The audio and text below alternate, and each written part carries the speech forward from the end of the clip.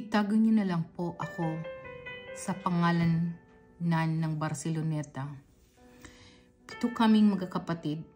Pangatlo ako sa 7, 5 babae at 5 lalaki.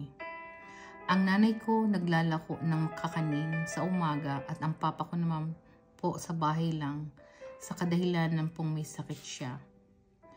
Maaga po akong nag-asawa kaya hindi pa ako nakatulong sa mga magulang ko.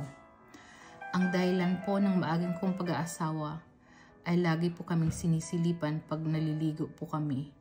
Ngayon po ay may sarili na rin po akong pamilya. May 2 anak na din po. Mapalad naman po ako sa napangasawa ko dahil sobrang mabait at mapagmahal. Lalo na din po sa mga anak niya at lalo na din po sa magulang ko.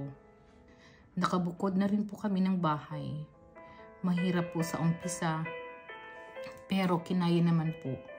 Kasi may pagkakataon na meron kaming kailangan na minsan hindi mabili. May pagkakataon na umiiyak ang mga anak ko dahil sa gutom. At may pagkakataon na nilagang talbos ng kangkong inuulam namin. Sobrang hirap pero kinakaya naman namin. Ang nakakaiyak lang ng sobra yung walang-wala ka tapos wala ka ding malapitan. Minsan din nakatulog kami mag-asawa na di kumakain. Ang importante yung anak namin na makakain. Tapos yung tipong hihinga anak kong makakain wala kaming maibigay. Sobrang hirap po talaga ng walang magandang trabaho. Hindi rin po ako nakapagtrabaho dahil sa asthma. At sa ngayon po, awa ng Diyos, nakapasok ang asawa ko sa hospital sa sanitarium bilang tagapaglinis. Medyo nakakaluwag-luwag at nakakabili na din po kami ng foods na kailangan po ng anak ko. Nabibilhan ko na rin po ng damit ang mga anak ko kahit po isa-isa bawat sahod ng asawa ko. Sobrang thankful po ako sa asawa ko dahil sa sobrang bait niya at mapagmahal na asawa.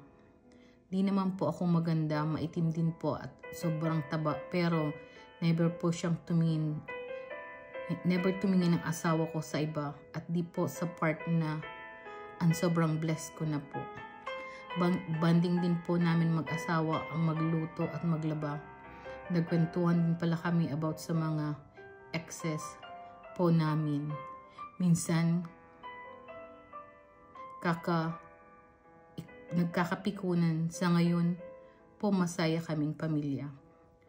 Hindi rin po ako tanggap ng ibang kapatid ng asawa ko at mga tiyahin. Kaya minsan po tuwing Pasko or bagong taon, mag-isa lang po ako sa bahay. Kasi po yung anak ko at asawa ko nasa kanyang tiyahin. Sobrang hirap po sa part ko pero kinakaya ko. Minsan naiyak na lang para mabawasan sakit ng nararamdaman ko din po. Pero okay lang po, pinagpala naman po sa mga anak ko at asawa.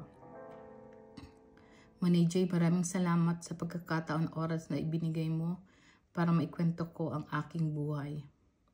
Gumaan ang aking pakiramdam. Ang gumagalang nan ng Barceloneta.